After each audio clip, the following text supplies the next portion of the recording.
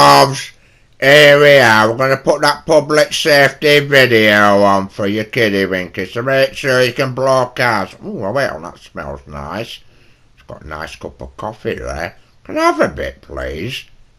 An explosion to raise the stakes, but when you're planning to blow up a car for the cameras, you've got to make sure you know what you're doing. It's not just a case of light blue touch paper and retire. The explosion's got to look real, and it's got to be safe.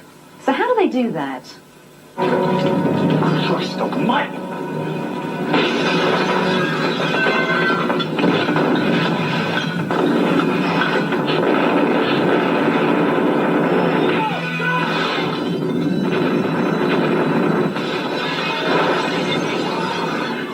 All these effects, called pyrotechnics, were created by the BBC visual effects team. They've designed dramatic scenes for Red Dwarf, Crime Watch, and many others. To carry out pyrotechnic effects, the designers take courses to qualify for a license. It's a bit like taking a driving test. Different certificates allow them to carry out a range of explosions up to and including small wars. About to fire!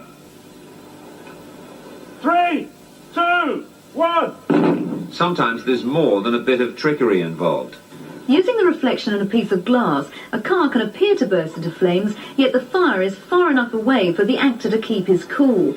But how do they ensure the safety of an actor standing next to an explosion? As part of the training, the designers practiced placing charges in a tube in the ground, angled away from the actor or stuntman. But how do they blow up a car? The effects team are planning a scene involving a car explosion for their training course, but the process starts in the workshop. In this scene, we are saying that a chap has had trouble starting this vehicle. He's got absolutely fed up with it, so he loses temper, he slams the door, he walks off towards the camera. We then find when he turns round, he's got a machine gun. He now decides he's going to shoot his car up, so he will strafe the car from front to back and eventually hit the petrol tank. The petrol tank explodes, off come the doors, boot and bonnet. The laminated front windscreen is taken off so that it can be blown away in one piece. The car is stripped of carpets, upholstery, petrol tank and seats to control any fire and prevent poisonous smoke escaping. The boot, bonnet and doors are removed and then loosely replaced with release mechanisms and a wire restraint. The wires control the flight of the doors and ensure they remain in the shot after the explosion blows them off. When you see high explosives put into a car and you just press a button and it's one bomb, you are left with just a smouldering bit of road. We like to see something there. If gunfire is involved, the bullet holes are added in the workshop. The holes are then covered with Fablon to reduce the amount of debris flying around. Then charges are placed behind each hole. They're then detonated to give the effect of bullets raking across the car. Meanwhile, tests are continuously carried out on the training course. Should be quite a warm, soft explosion with the wind taking it over that way. Right, on the count of 3. 3, 2, 1. And while designers work on various effects, preparations continue on the car. Firing lines are run into the car and the circuits are checked by blowing fuses. Working from a pre-planned design, 16 different charges are placed in the car under the supervision of the senior designer. Small detonators are attached to each window to shatter them milliseconds before the main explosion. This is to minimize the chance of flying glass. Similarly, detonators are attached to doors and boot lid, and charges are placed to blow the doors off. Large mortar-style charges and rams are then placed under both the boot lid and the bonnet to throw them up into the air. Small charges are placed to blow tyres out. The mass of individual firing lines, a separate circuit for each charge, are then laid out in such a way as to minimise the chance of any being cut by a previous explosion. All the lines are run to the firing box, which will set off explosions fractions of a second apart in an ordered sequence. Meanwhile, the armourer is getting ready. This gun's the Mini Uzi. It's a 9mm submachine gun. Gun's currently empty, so it's safe in its present condition. It's a real gun. but it's had a slight modification to enable me to fire blanks from it today. Work on the car complete, a plastic bag of petrol is placed in the boot to produce a fireball effect. The area around the car is cleared, and the final checks are made to ensure the full effect is captured as desired on the first take. Standing by. With cameras running, the director is now ready for business. Action!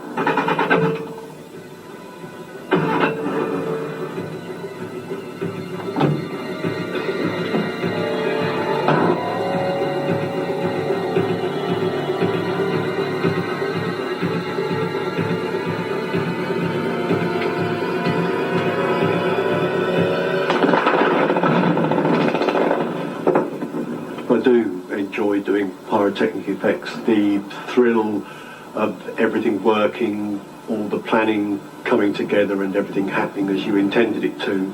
First class. Thank you very much, everybody. So it's coming up to Christmas. So previously, this is what happened to our video.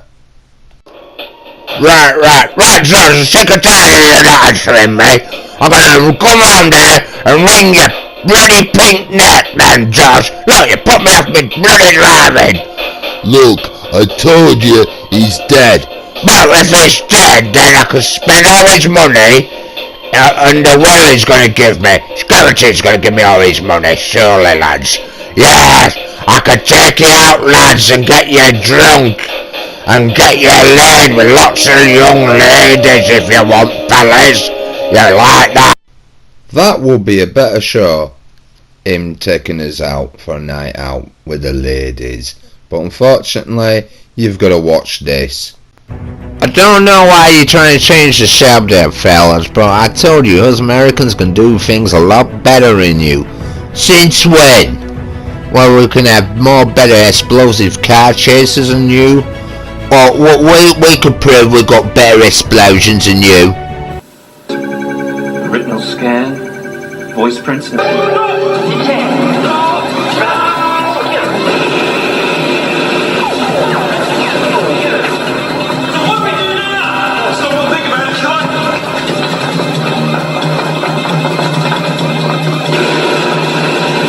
it beats a basket of fruit for a welcome.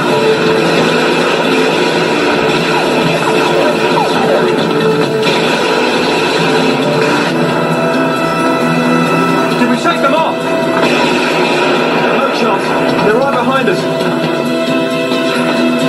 Let's head for the fuel. They won't fire us then.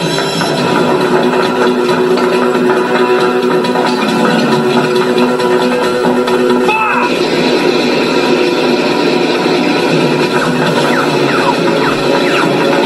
Oh, let's head for the fuel. They won't fire us back.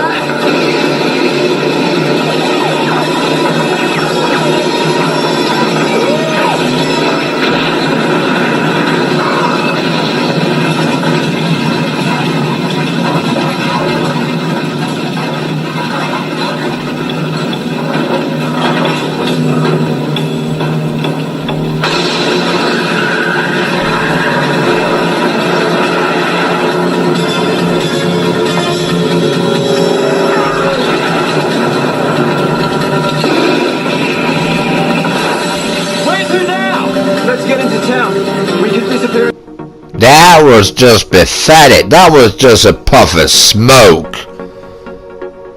No, it wasn't. I mean, we can do better than that, you know. I mean, we destroyed really expensive cars in England, you know.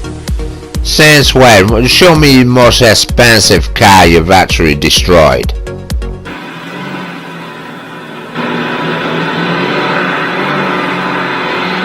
Which way? Where to? Wherever you want to go. Right. No. Keep going round. Frank?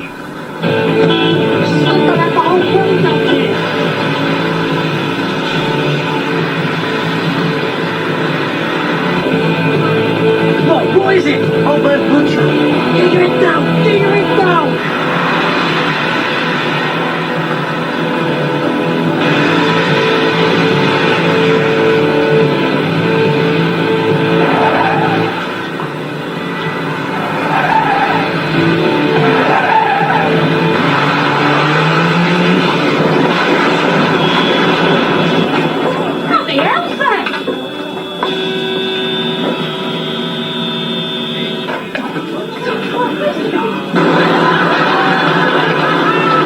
Carol, what are you doing?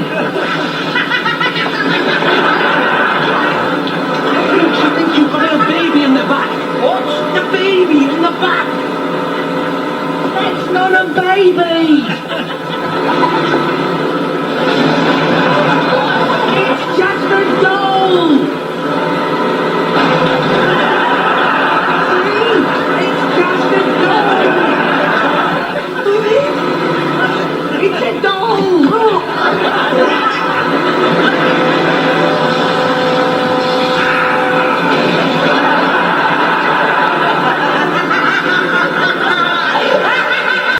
Is that the best you can do?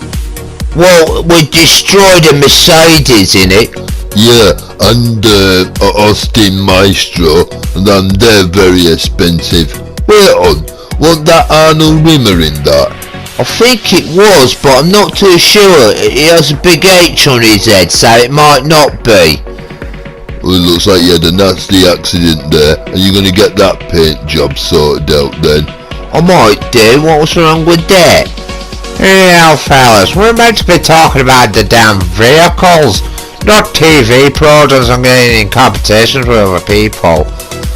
Anyhow, there was not wrong with Red Dwarf, were it? It's like American version of Star Wars, isn't it? Is it hell? It's like Star Trek. Is Red Dwarf in it? Fellas, we're just going off the beaten track. I mean, we're showing clips now. We won't be talking about vehicles. Lads, I really need some help. I can hear that dodgy motor coming.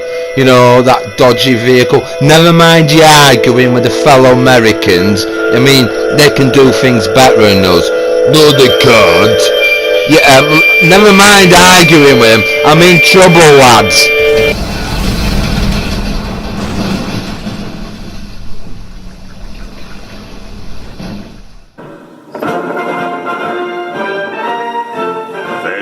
To the question of America.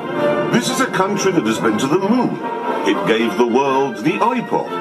It broke the sound barrier and runs a fleet of nuclear-powered 33-knot airports. This is a country that can post a cruise missile through your letterbox from 6,000 miles away. So you would expect it to be the home of the greatest cars on the planet. It isn't, though.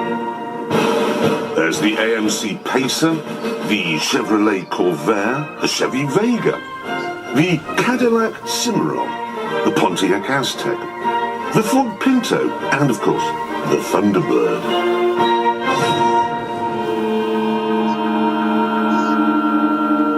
And then we have these two. On your left, the Lincoln Continental Mark IV, and on your right, the Buick LeSabre Custom. Both were designed to give the discerning American customer an unrivaled blend of craftsmanship, power, and luxury. And here we have a modern European equivalent, the BMW M5. It is, of course, a lot more expensive. This one is around £85,000. But there's a very good reason for that, as we shall now demonstrate. Well, not us. No, obviously not us. No, we've entrusted the job to someone very special. We've dragged him all the way up here to the car park of Darlington Football Club. Ladies and gentlemen, please welcome the Stig's Yorkshire cousin.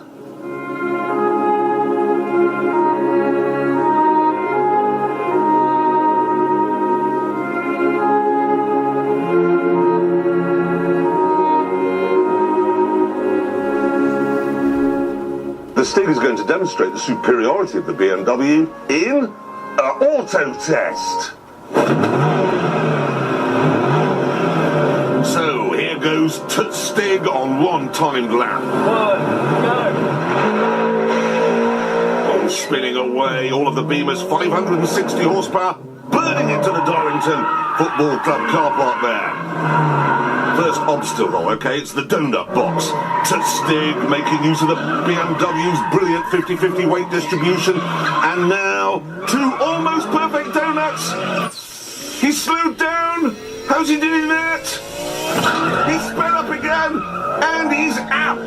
Stig now exiting the box, heading back down the car park to the double left-right chicanes. How's he doing there? He's turning the wheel one way, then the other, and now he's going round a corner very fast.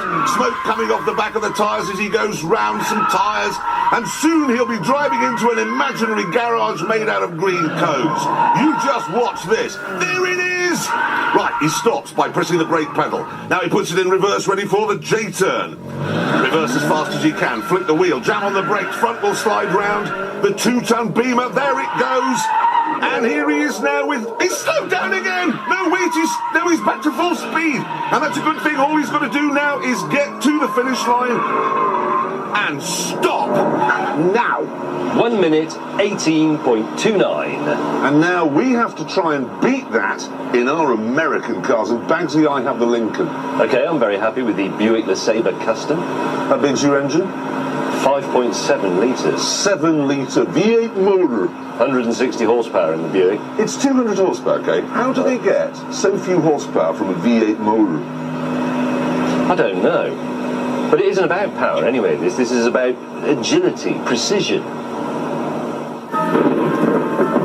Fortunately for us, the rain had come, meaning our slides would be easier. 3, 2, 1. And we're off. Right, here he is. Into the box for the donuts. Squeeze the brakes. Oh, he's locked up.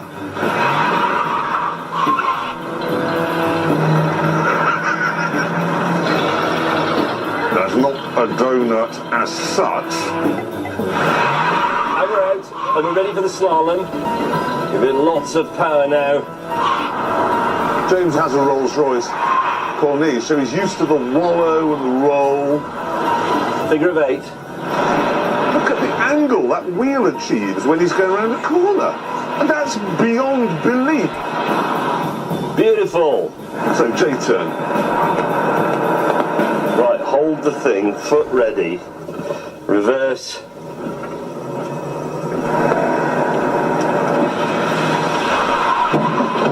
That'll do. This is really a shambolic display, demonstrating that the car must be terrible, because James is very good at this. A little bit of understeer as he heads for home to stop precisely in the box. 3 minutes, 34 seconds, 0.85. With James having doubled to Stig's lap time, I was feeling confident in the USS Lincoln.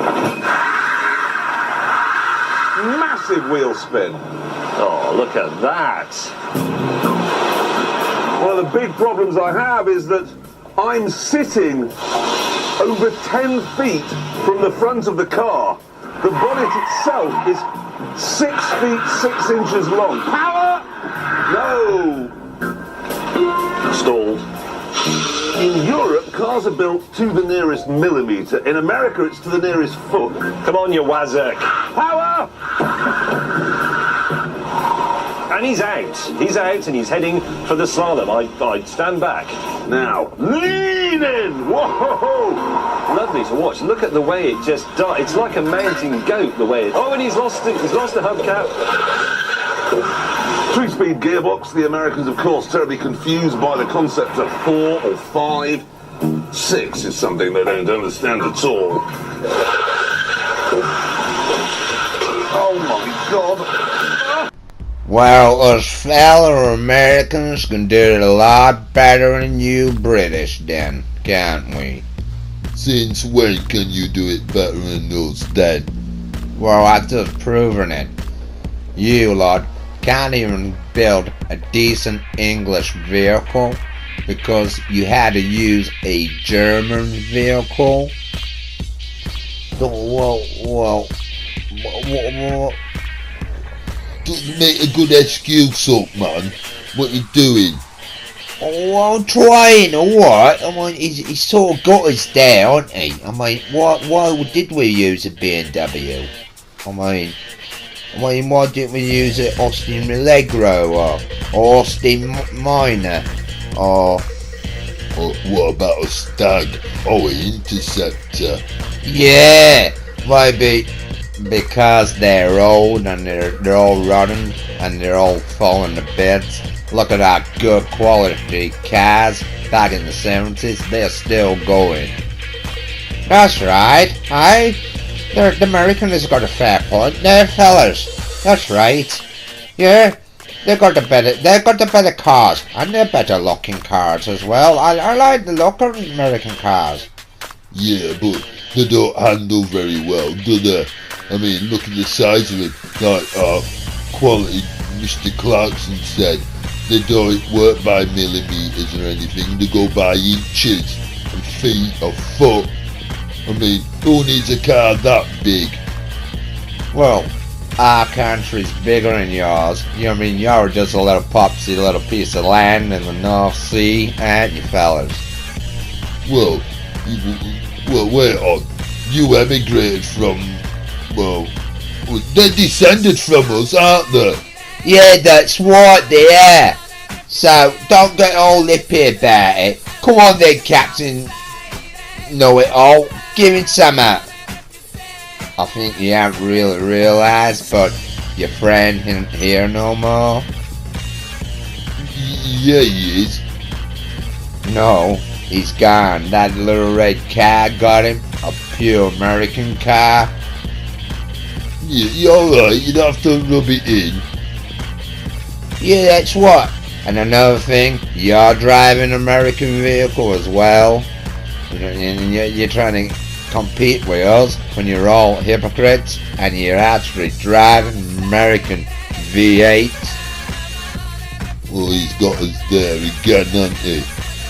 Well, Big Brav, do something, alright? What the hell do you want me to do about it? Alright? I might sort him out. He's giving us a bit of lip, Brav, alright? Well, you actually deserve it, don't you? I mean, there you are, picking on that other geezer because he won't tell you all the dirty little details about what he got up to on his third day. That's right, you tell him. But the thing is, what I'm getting at is my little brother has been changing the colour of his vehicle all the time, hasn't he?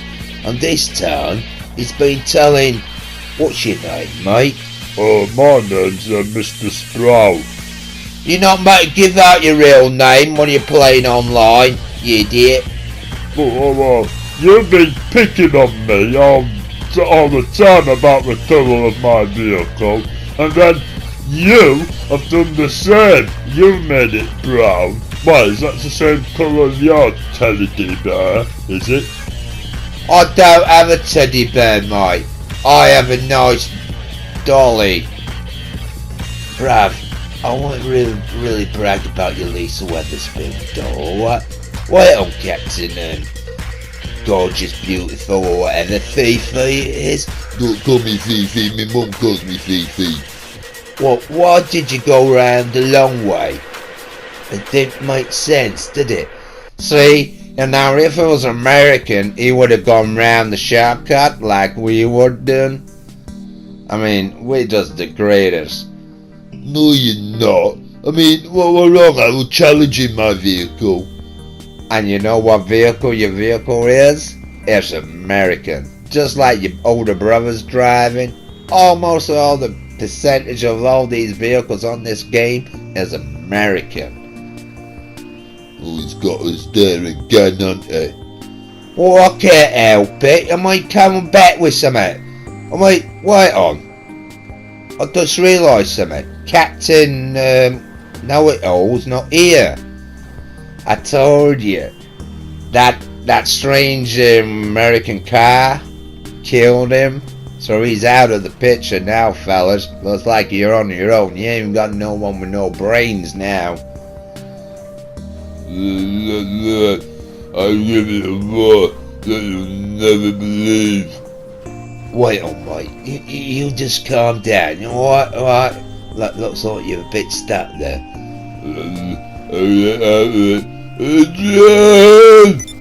Wrong movie, I keep telling you. Why you keep mixing both of them movies up for? What? What? So, what I'm trying to get at, we're a bit stuck here, aren't we, Captain Gorgeous, aren't we? Yeah, we are, aren't we? Now we are trying to compete with the Americans, and they seem to be beating us, aren't they?